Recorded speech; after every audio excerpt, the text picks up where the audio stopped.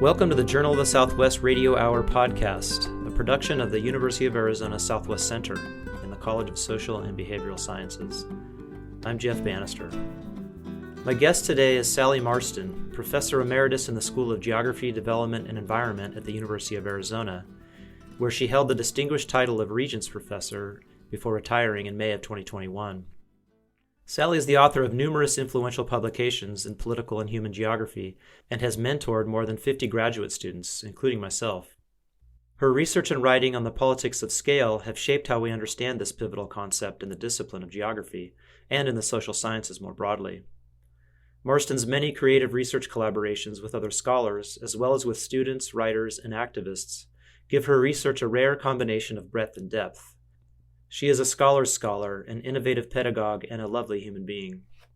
In this interview, I talk with Sallie about the people, places, and events that have influenced her as a teacher and scholar, and about the innovative and highly successful community and school garden program that she and a group of collaborators developed and continue to lead here in the city of Tucson.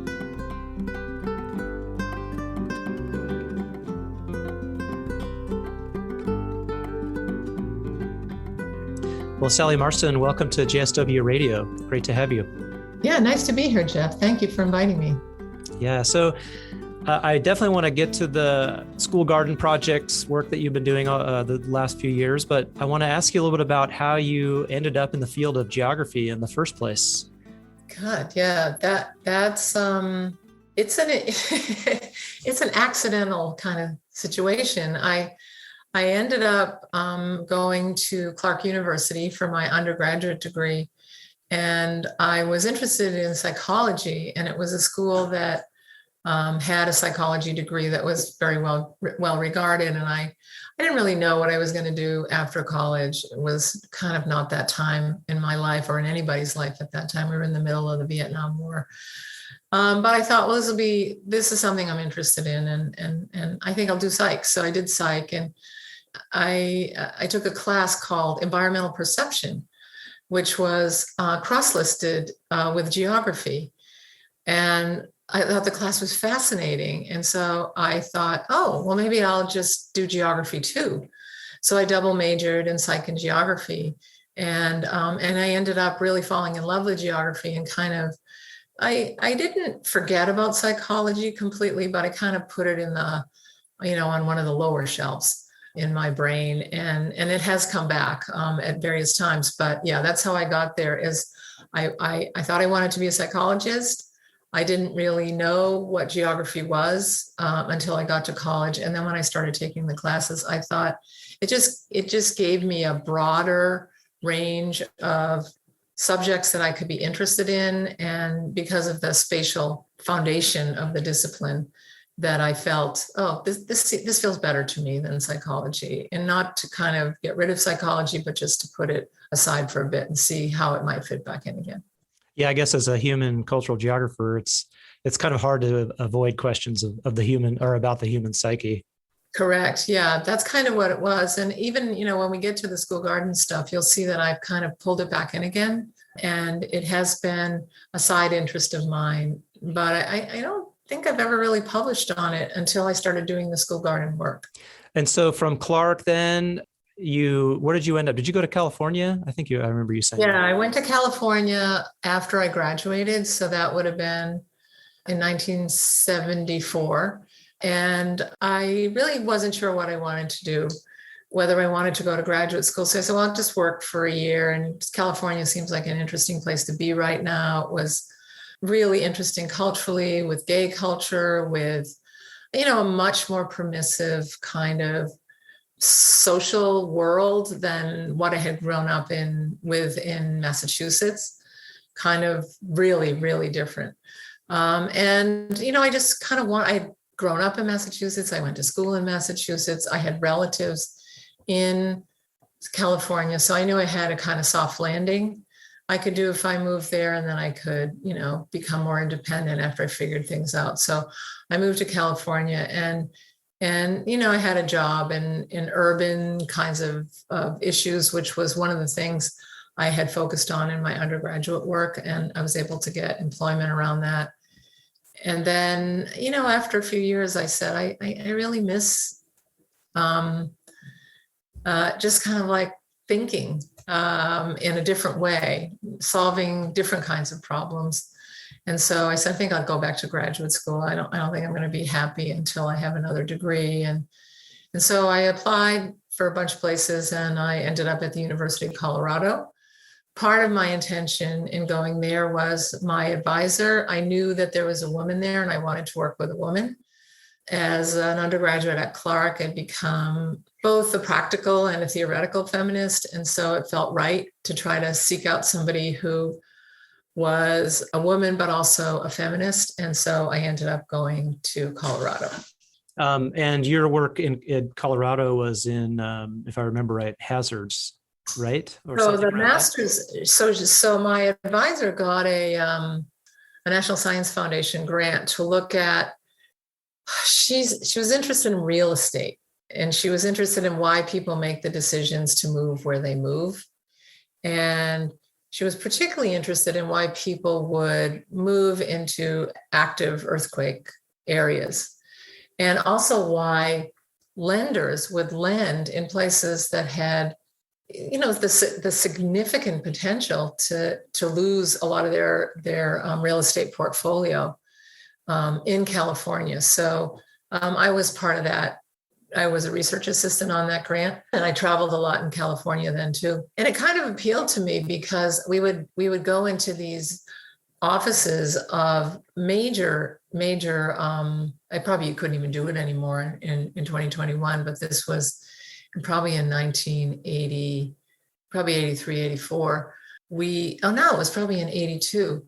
We talked to like the CEO of the Bank of America. We talked to big people about why they would do that. And, we found out a lot of stuff about risk and the spread of a portfolio and things like that, but also that, obviously nothing surprising in some ways, that people who are in those businesses take a lot of risks all the time. So they're psychologically kind of predisposed to take risks, but hedge that risk too. So they have ways of covering what could be quite damaging for the overall stability of their portfolio by doing other things. So that was interesting to me, but I was really interested in the state and the state's role in all of this. So, the federal government and the earthquake insurance kind of stuff, and interested too in my master's thesis, how the state works with capital to ensure, and that in the EN short, to ensure the smooth functioning of capital around these kinds of risky investments and risky environmental investments. And interestingly, now the investments are even more risky when you think about climate change and the impacts that it'll have on sea level rise, on global warming, all of the fires that we've had in California, for example, et cetera. So it was the beginning of my interest in the role that the state plays in the economy. I think that the question of the way that risk is socialized, and that the state, of course, is a kind of a primary node in that complicated process.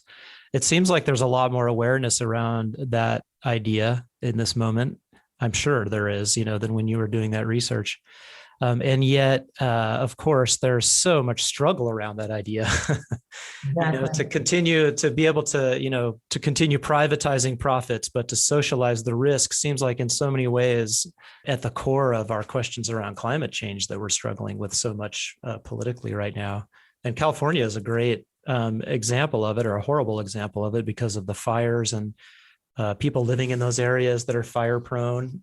Exactly. Yeah, I think that it's only gotten more so that as capital kind of gets riskier, or also as it's reaching into more, I'm going to say, I don't mean literally territory, but like financial territory, to garner more and more profit, it becomes more and more unstable, of course. And then the state has to be there to catch it when it falls, like too big to fail kind of risky stuff. So yeah, it's true. And of course, I didn't have that insight early on, but I did have an insight about how the state kind of facilitates risky behavior in a fundamental level. And it hadn't really been looked at in terms of kind of environmental stuff, like where do we loan and what's happening in the places where we loan. Like, of course, this came from influenced by Gilbert White, who had done the National Flood Insurance Program, which insured houses in floodplains. Like there was a lot of stuff that was going on around me as I worked as a graduate student at the Natural Hazard Center and saw these kind of things going on. And so I kind of just took a piece of what she was doing and sort of spun it in a much different direction around political economy. So it just gave me an opportunity to learn more about political economy and to try to use a particular kind of case study to push that learning in a direction that I could ground it so that I could understand it better.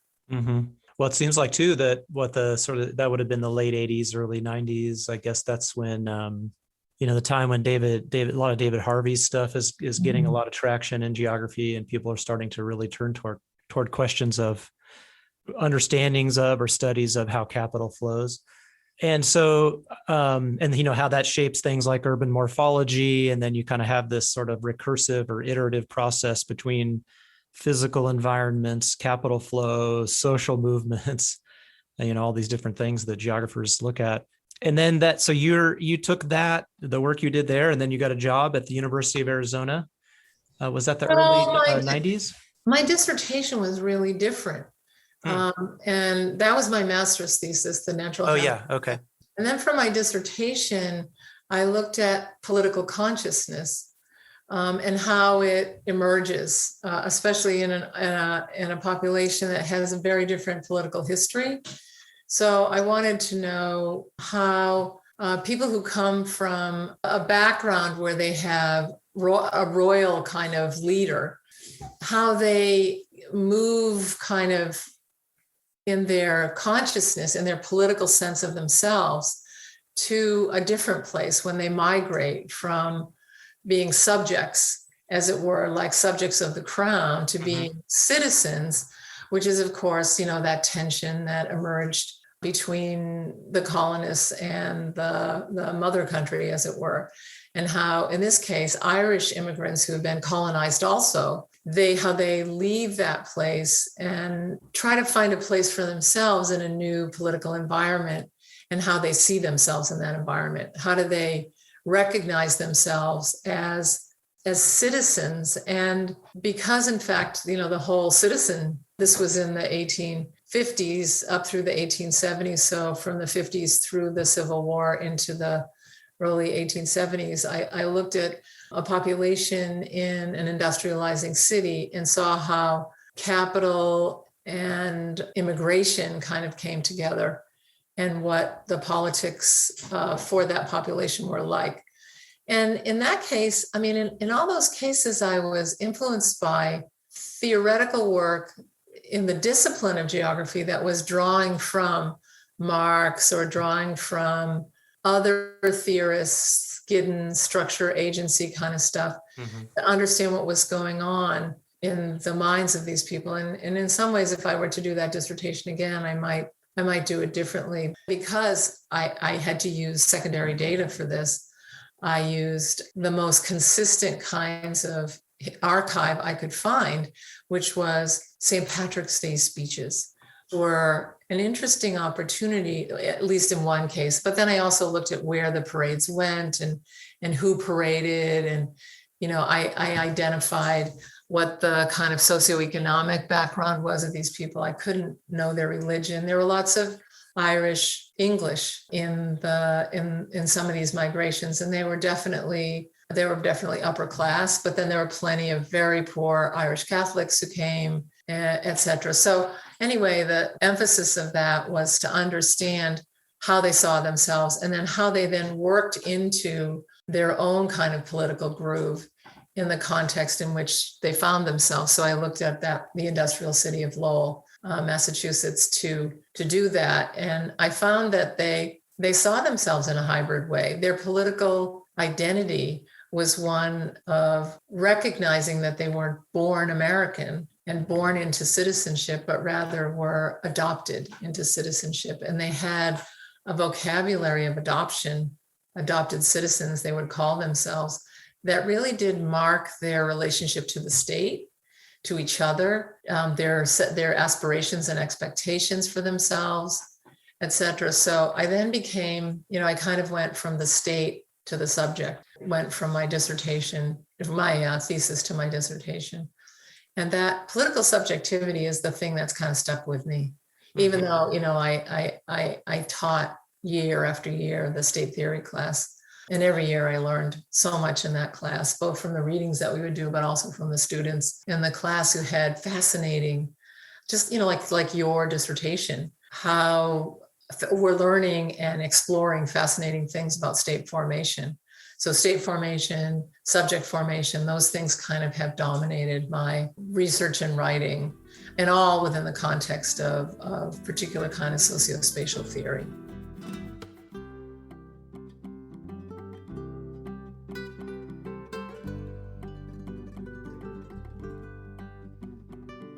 What made you take that turn from your master's research, from the state to the subject? Well, I knew I didn't want to be a hazards person. It's a particular kind of geographer, and I didn't see where I could fit in the way that I wanted to, in the kind of topics that I wanted to study. So I decided, well, I know how to do survey work for now. I know how to do survey data analysis. I should probably learn how to do something else. So I said, well, I've always wanted to do historical research. So that, well, I'll just try that. And I've kind of gone methodologically, theoretically, again, throughout my career, just trying to try new things to see what I could know that I didn't know because of the last kind of study that I'd done, or previous studies that I'd done. So learning documentary techniques, how to find stuff, how to know how to narrow it to cover the kind of topics, the topic that you want to cover, how to analyze it, how to learn those techniques for analysis, all that stuff was important to me.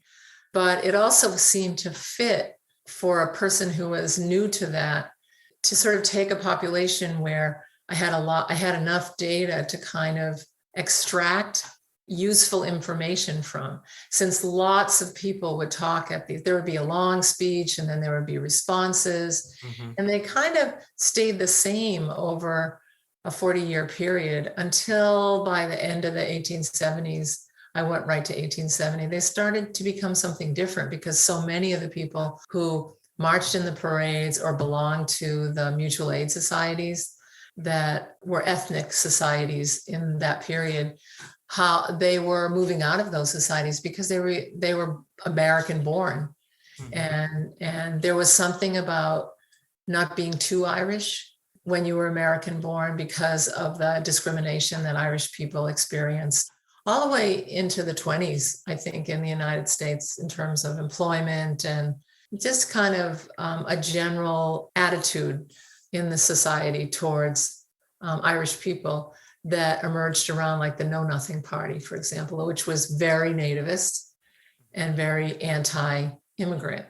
And so they were negotiating, the immigrants were, and then the first generation were negotiating changing contexts in which they found themselves. And at first it was great. It was labor. They weren't really treated very well. They were used to that. They were treated poorly by the British. And they came to this country and they had more freedom and more opportunity, maybe. Also, they experienced the same kind of discrimination. And then, time marches on and the society started to diversify.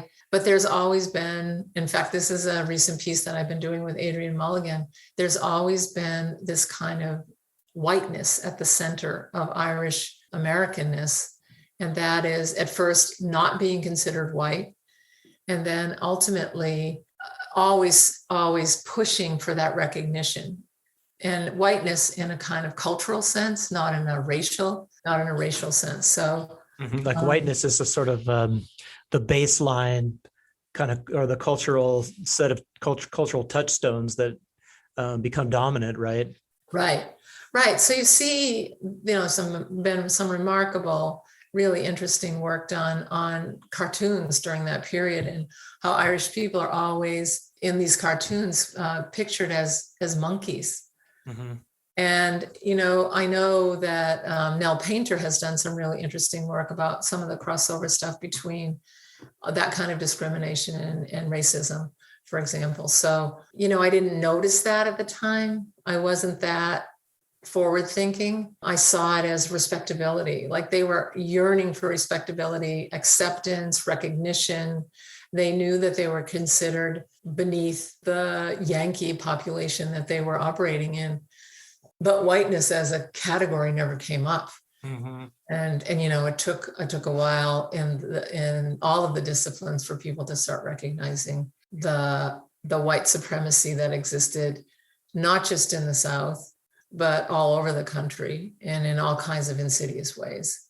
Yeah, we could probably go on that topic forever. It's so interesting. I was just thinking, just briefly, I read this great biography of Frederick Douglass by Yale historian David Blight, I think is his name. Oh yeah, Beautiful book. And one of the things that really stands out is this very question of kind of the emergence of an American caste system, but also kind of what I'm thinking of also here is what you're talking about in terms of oratory, because I it's easy to overlook how different the means of human expression were and the things that those means or media did to the ways people express themselves then versus now. So, one of the things that struck me in reading his book was this whole idea that people could memorize hours of oratory and just talk. They had studied it and it wasn't exactly extemporaneous, but just imagine, the ability to be able to do that. But one of the things that you just said that caught my attention is that people could comment on that afterward. And how did that get put into were there people taking notes on this, or how did that all get into the written record? So that's so interesting, that observation that you've made, because it didn't strike me at the time that what we were seeing was a kind of imitation, as it were, of a kind of ubiquitous practice of oration. And that these people, many of whom had no formal education after like the 5th grade, were learning to become adept at speechifying.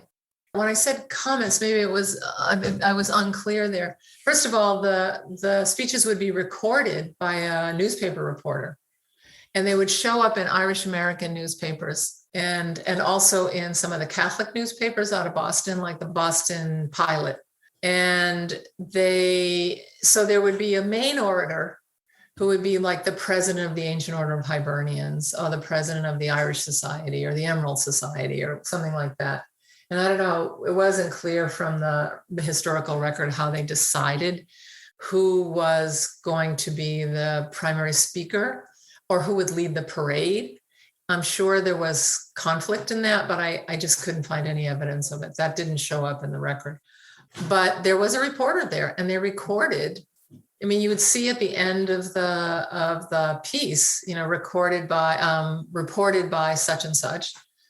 And so there would be, Jeff Bannister would be the main speaker, and then there would be subsidiary speakers who would respond to that speech or extend that speech or, go in another direction. So there was a lot of people talked, not at tables, but they talked to big crowds. Mm-hmm. As throughout the dinner. They would have dinner at a pub or a hall of some sort, and they would invite local dignitaries to come, the mayor and other such people, maybe an important doctor or somebody like that, and they would perform respectability. And part of that, I'm sure, was their oration and that kind of yearning that comes out of wanting to be part of something, and that subjectivity around this notion of we're adopted citizens. We came here, we chose this place, and we've been adopted by this country. So it was kind of like they didn't want to push too much. Mm-hmm. They pushed for recognition. And then by the time, I said by the 1860s and the Civil War, And then after that, they were natural born Americans. And so they didn't have to use that expression. So it was an interesting hybrid transitional form of identity and political subjecthood that I think they felt was effective. I mean, you can see that they do move more and more into the mainstream, and eventually they're getting elected to be ward. I mean, the whole machine politics stuff emerges around this time. There's all kinds of interesting stuff that I didn't go into in the dissertation, but you can see a changed political landscape after the immigration of this group and how they came to see themselves as participants in a democracy. Oh, well, and ultimately getting into the presidency with Kennedy, which, now that I think about that, just listening to you talk about this, that in many ways is akin to that moment. Seems like it might have been akin to, Obama getting into the White House was in 2008. I mean, obviously different in many ways, but still there's some elements that are very similar there. I do remember, I mean, I was 67. I was young. I mean, I was probably fourth grader or third grader, but I remember all the anti-Catholic rhetoric that surrounded that election. I mean, it's so complicated. It was Joe Kennedy, the father, who was able to finance it. There's all this history of corruption around that. They're all human beings, and they're all flawed and power seeking in their own ways. But I do remember the anti-Catholic stuff. And as growing up in a Catholic family, I didn't quite understand it. I mean, I suppose it's such a mild form of prejudice compared to the other kind of prejudice that's out there, has been out there, like racism and sexism, for example. But it always just kind of struck me as, why would you? I mean, it's the same for Jews. Why would you think there's anything different about us just because we have a different religion? And as a recovering Catholic, I don't subscribe to any religion anymore, but I did find it as a child so mysterious. Like, why do people think there's a problem with this? I never experienced any discrimination directly myself, but I know that my mother talked about it. Like, you couldn't marry. And I remember one of my high school history teachers was Jewish and his wife was Catholic. He was excommunicated from his family for that. So religion was very powerful segregator at that time. And it was internal segregation because of marriage, reproduction, like kind of the stuff that Sarah Smith pursued in her dissertation, where she was looking at the fear that Buddhists had that they weren't going to have enough Buddhists if their kids kept marrying Muslims. So it persists today, and it's terrible in all parts of the world. Religious discrimination is, obviously, about these places, but in the United States, it didn't reach that kind of killing. It did in Ireland. Right. But I think in the United States, it was harassment, and there was violence, but not like a civil war kind of that we see around the world today. Well, and to me, it just so speaks to this what we're talking about here. So speaks to the I don't know how best to put this, the kind of the ongoing tension between subjects and the institutions that we find ourselves located in by virtue of birth and history and place. And the struggle against those institutions, or either that or how we end up just kind of reproducing them because we fall in line. To me, those are the kinds of questions that I have always appreciated about your work. They seem like they're front and center in your work, and definitely have influenced me in my own research as your mentee. I can definitely say that that's this idea of subjects and institutions is kind of front and center in my own work. Yeah.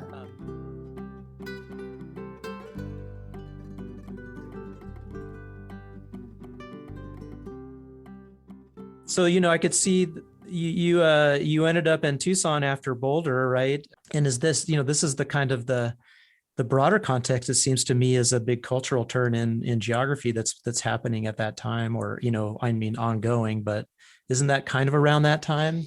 Yeah. So for me, I was I was in the mix of it all, and a move away from kind of structuralism towards a more kind of agent-centered understanding of the world. And it developed for me around, again, around political consciousness, probably throughout the time I've been at Arizona.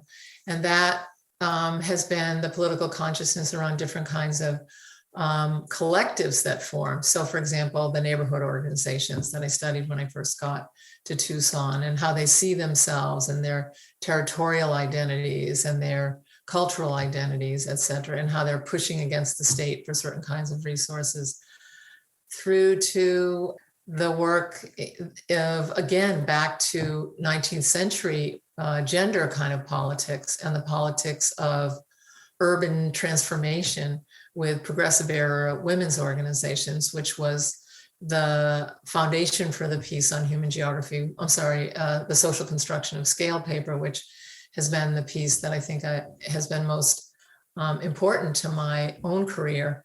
And then the follow-up piece with Keith and JP on human geography without scale. So balancing that theoretical interest with particular cases and trying to understand how the theory informs the case, what we can learn about theory.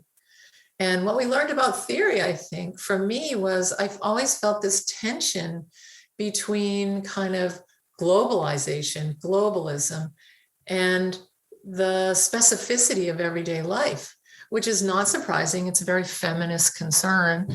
And I was always pushing back against the globalization stuff and looking at specificity, like the context and how it produces particular kinds of political subjects and political action, resistance, whatever it is. And I was thinking about this the other day too. It really has been about that interest is carried into the school garden stuff. I don't know if you want to go there yet, but the theoretical stuff has been of interest to me, but I've always wanted it to be empirically informed. Mm-hmm. And it came to a point, I think, in I don't know, it was probably like 10 years ago, 13 years ago, that I just started, I think this had to do with teaching also, but that I started to kind of turn in other directions in my research again, still with the same themes, but looking at different kinds of manifestations of those themes in the place where I lived. And that's how I ended up doing school garden stuff, also informed by a real awakening as an instructor, as a teacher, that I was working with a very different kind of student by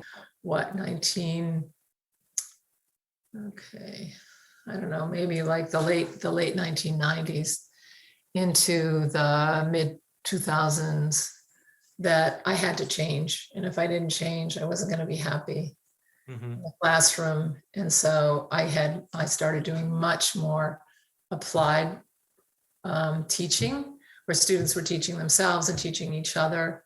And also it just felt better politically to do that, to sort of enable rather than just passively impart.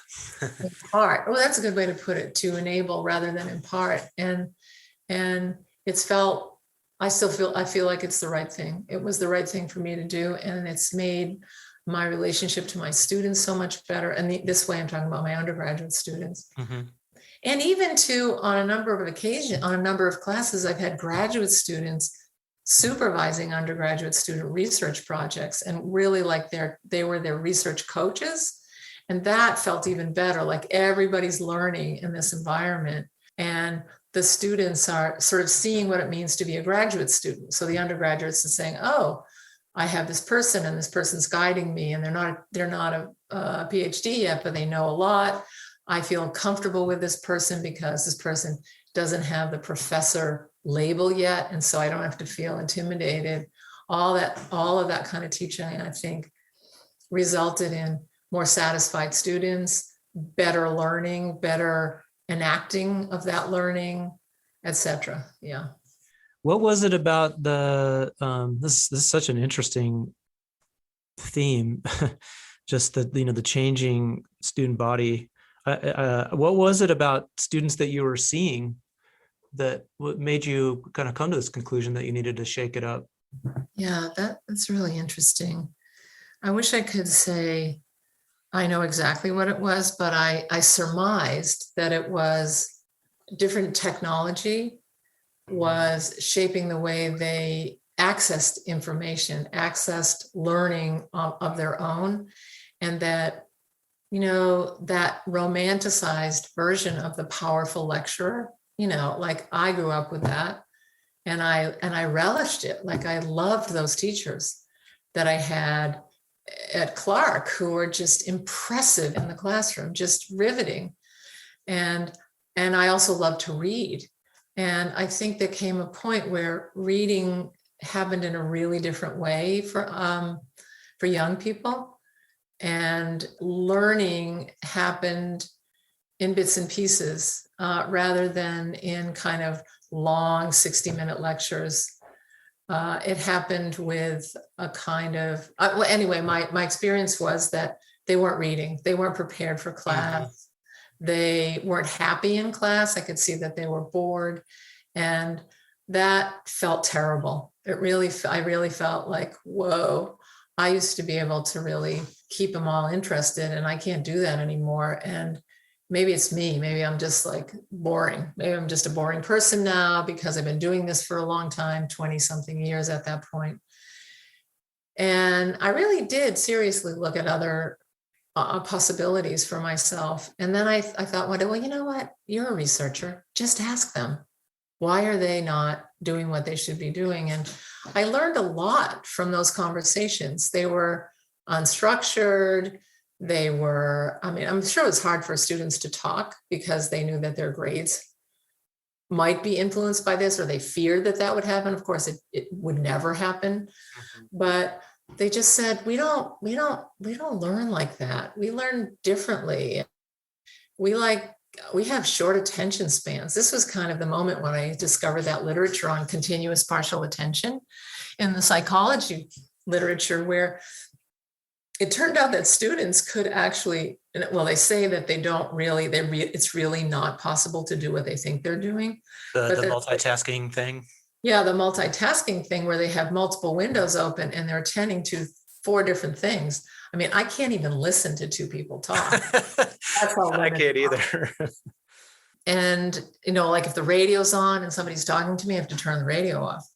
I learned in a very secluded and quiet environment, and they're learning in an environment that has lots of noise in it. And I don't mean like like the landscapers outside.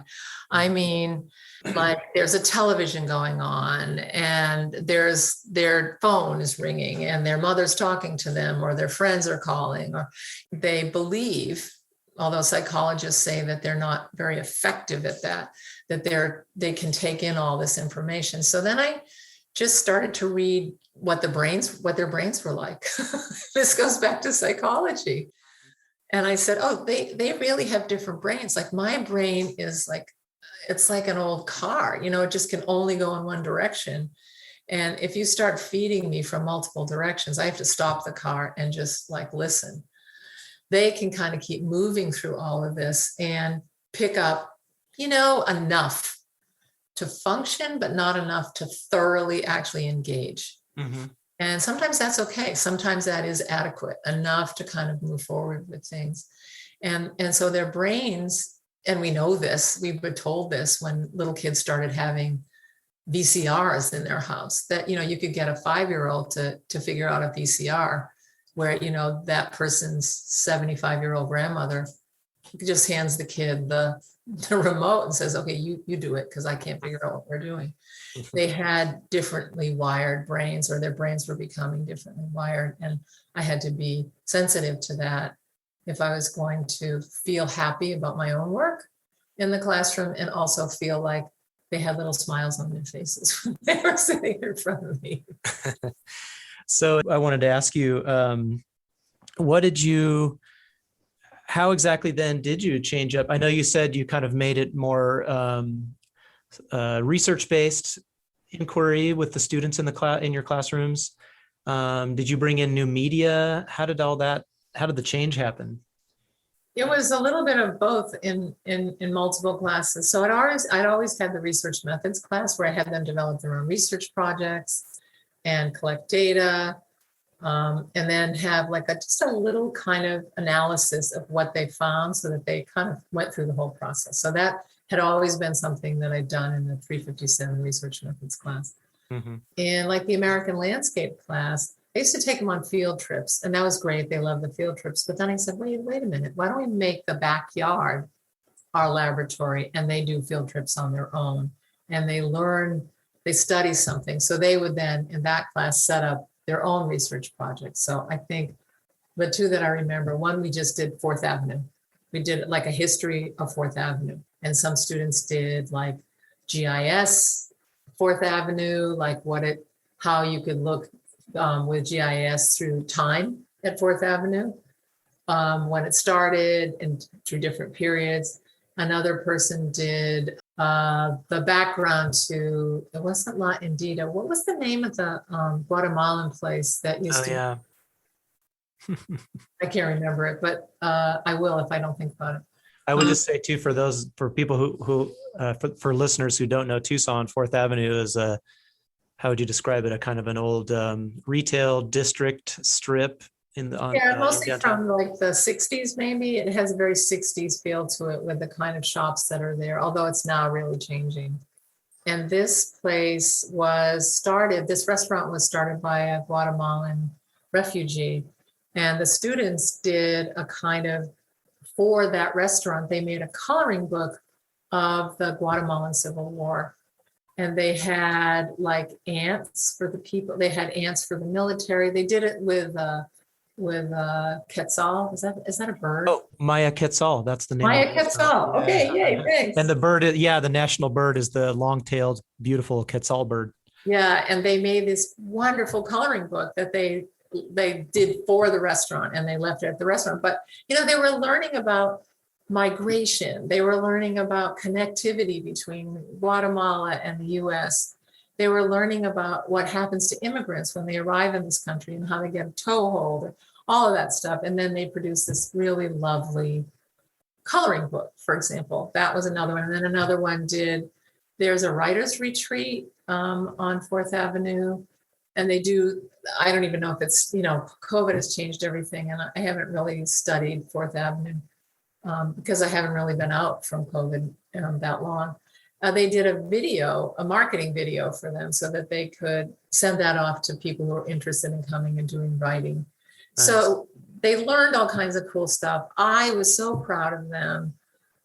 It really was a very satisfying thing. So that was the landscape class. And then for an urban geography class, which I first taught to honor students, we used The Wire, a 6-series television show by HBO, one of its most kind of famous and awarded shows, to teach political economy. I mean, to teach what was always kind of a dry and difficult topic for undergraduate students. I would do the urbanization of capital with my students in the urban geography class. And it's just hard for them. Most of them don't do theory. And when I deployed theory in little chunks to them and made them responsible for concepts, like Sallie was responsible for value versus price, and Jeff was responsible for the reserve army of labor, and all of the ways that Marx talks about classical political economy in his own work. They were asked to think about it in the Wire television show. And this was a collaborative undertaking with a graduate student in the program. I did not do this on my own. Katie Meehan was the first graduate student that I worked with. And then I worked with Ian Shaw in this class. And it was absolutely delightful. The students in the class had not seen the show. Very few of them had. Some of the older students had. And they were blown away by it. So we would assign 2 episodes per class meeting, and they would watch 4. We would assign questions about the episode that were political economy related, like where did you see a manifestation of this concept or that concept? The tests were take these 10 concepts and kind of like deconstruct a segment of the wire, a segment of your choosing in, let's just say, season 2, that these concepts apply to, and explain what was going on according to these concepts. So they were playing with stuff. They were watching something interesting. They saw it unfolding. And at the end of the semester, we would put all the concepts together and just go around the room and tell a story to ourselves about the show. So, somebody would start off with capital, and they might say, well, what The Wire was about was the extraction of capital from a once thriving neighborhood. And what happened to that neighborhood was that property values declined, government institutions took it over, and investment was made by government in those places in the form of high-rise housing. It attracted low-income people, and then they would pass it off to the Reserve Army of Labor, and the Reserve Army of Labor would then populate that place with that concept. So it was just a really wonderful kind of start to finish, and everybody had their own expertise. They would report on, and I would talk to them about, when we'd see an episode, I would say something like, God, I can't even think of all the concepts anymore.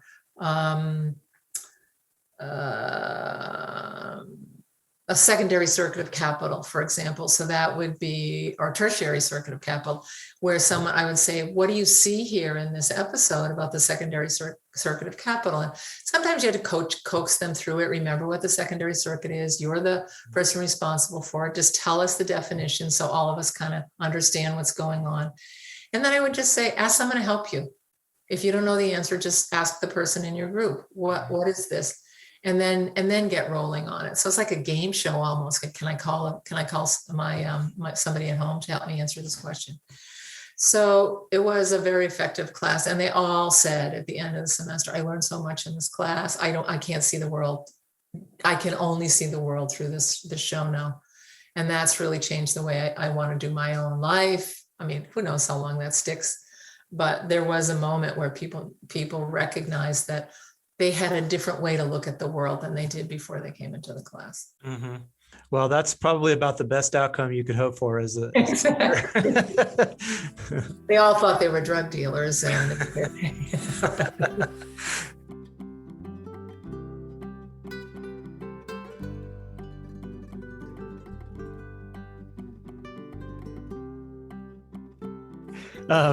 so you had, obviously you had a lot of momentum moving in the direction of some real kind of communal learning and experiential education. So how did you, I guess I should say it's not surprising that you picked up on the school garden projects, but yeah, how did that happen? So again, credit where credit is due.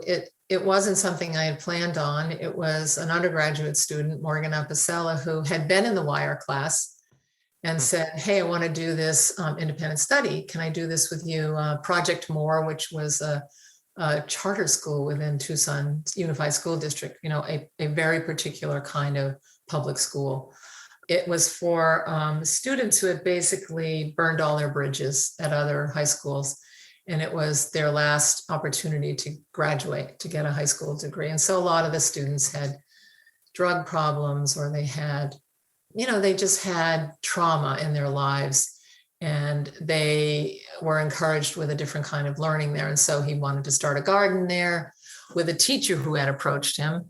And I said, okay, you can do that, but we have to figure out like what's in this for you and how you're going to report back on all of this. And we did that. And then the food bank found out about it, because I think a lot of the resources to make the garden at that school were supplied by the food bank, which this is early Obama, CPPW grants, which was communities putting protection to work. I think it was, I can't remember exactly what the letters stand for, but basically it was money that came to the community in 2008, 2009 for recovery from the collapse of the economy.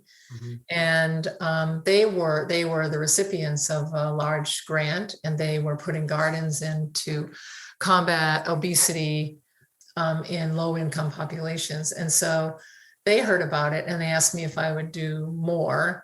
And then students heard about it and they asked me if they could be doing independent study. So for the first few years, it was independent study class. And then it kind of had too many people in it to be an independent study class. And so I went to the department head and I said, this should be a class. And I think I can probably get 25 students. And it will be an engagement class. This is before Ann Weaver Hart showed up on campus and had that engagement initiative.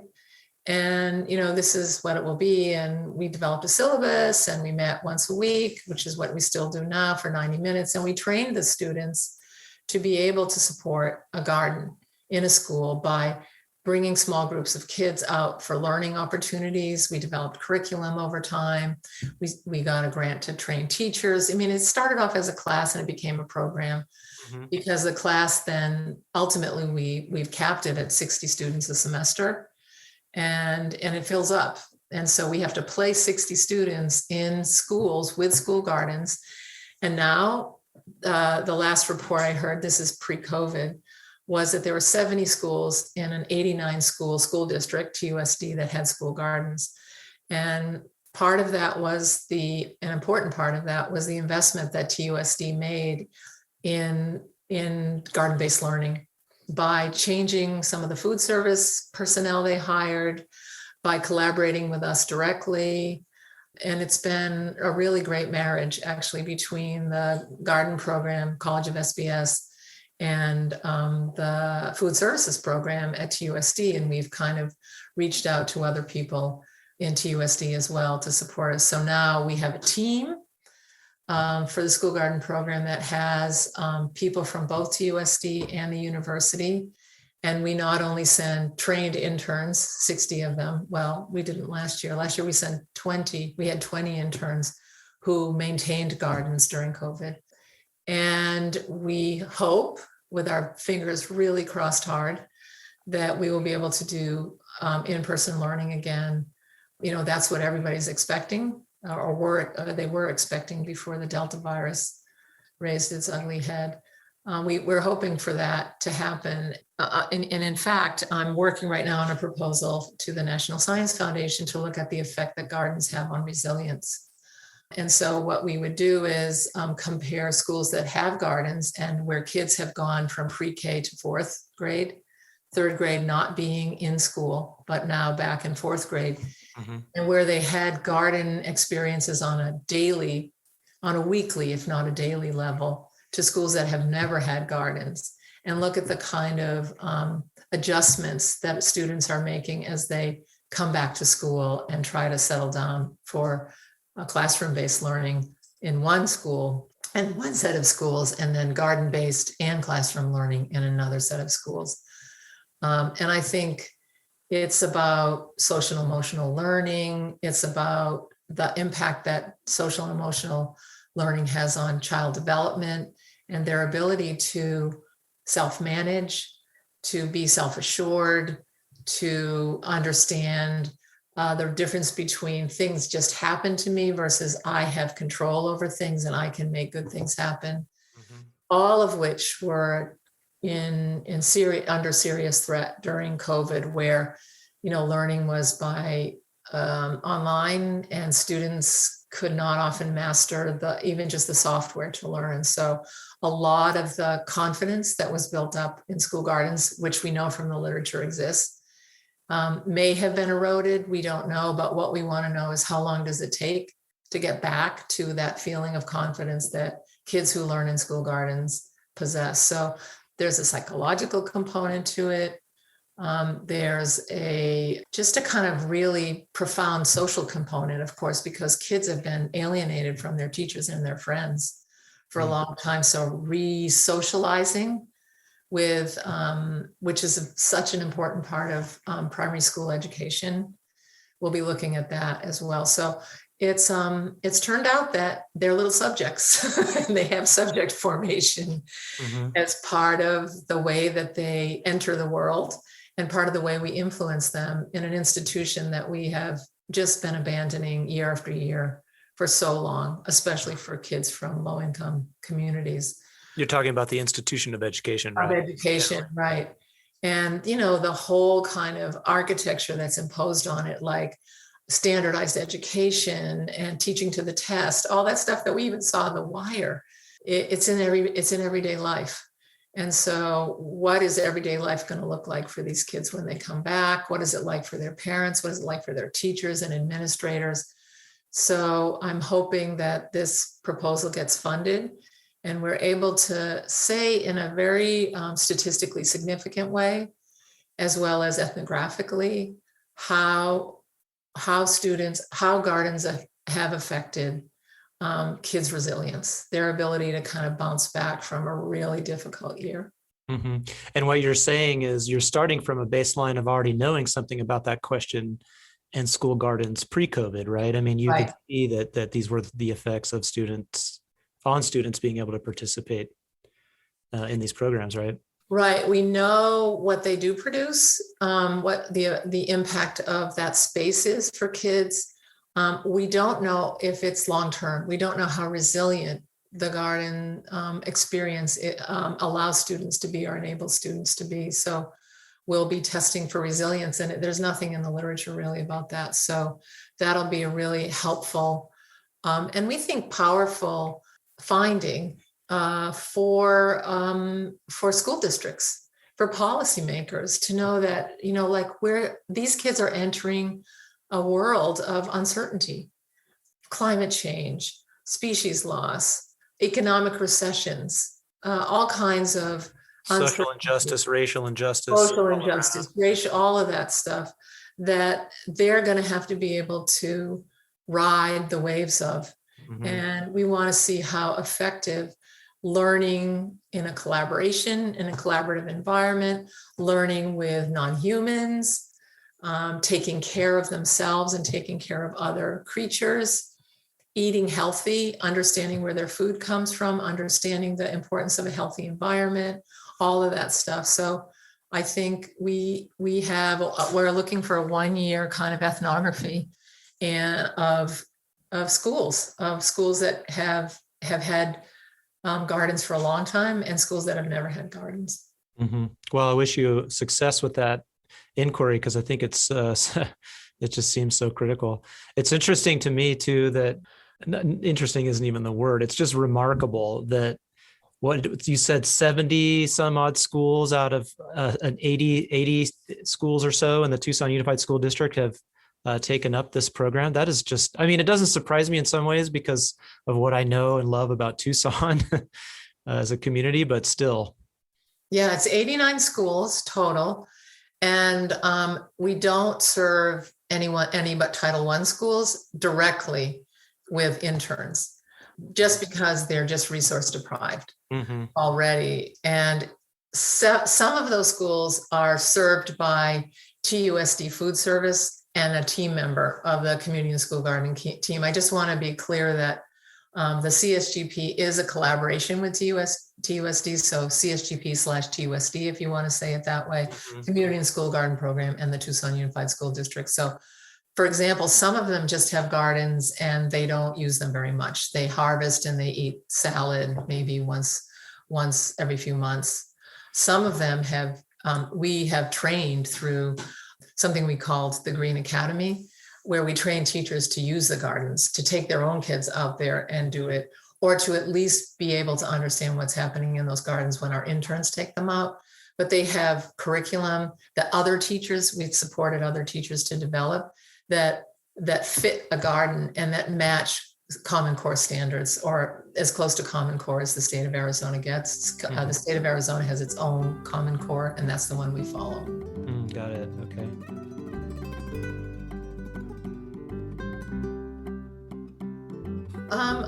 This might seem gratuitous, but I do want to mention this because it's been a really important part of my career. And since I'm talking to you as one of my former graduate students, I feel like I have been incredibly lucky to learn from some super smart people, like students who humbled me in terms of what they came to the program with, and then what they left with and what they left me with in terms of the insights they developed and the opportunities for me to learn from them and to be collaborators in their education, and even later in the work that they are continuing to do. So I say that because you are one of my graduate students, but I also want to acknowledge that I might be just the only person that you're speaking to about my own career, but my career would not be what it is without colleagues in the geography department and other departments on campus, my collaborators in TUSD, my graduate students, even my undergraduate students, who basically taught me that I didn't know what I was doing anymore with a group of undergraduates because I wasn't in sync with them. And so I learned something that really changed my life. It changed the way I thought about what the teaching endeavor was. It forced me to go look at literature that I wouldn't otherwise have looked at. And it gave me a very rewarding way to end my career, really on an up note, with some pretty amazing undergraduate students too, who are eager to learn, who do want to be excited to be in the classroom. And so my graduate students, my undergraduate students, my colleagues, et cetera, we're all in this together. I know that sounds really trite, especially around COVID, but it is a group enterprise. And I have been very, very lucky to have wonderful colleagues in every manner that you can think about a colleague, from undergraduate students to my colleagues on the faculty at the University of Arizona, and especially in geography, development, and environment. Well, that seems like a beautiful place to end this interview, Sallie. And I will just say that, and I know I speak on behalf of all of my colleagues here when I say that it's totally mutual. We are so grateful for you. And I'll just speak personally. I think all of the things that you're talking about, your inquisitiveness and, the relationships that you've had with students. I mean, all this stuff is so circular, and, you have kind of been able to benefit from what you've also put out into the world, from what I can see. So thank you so much. I'm so grateful. Thank you, Jeff, and thanks for inviting me. I really enjoyed talking to you.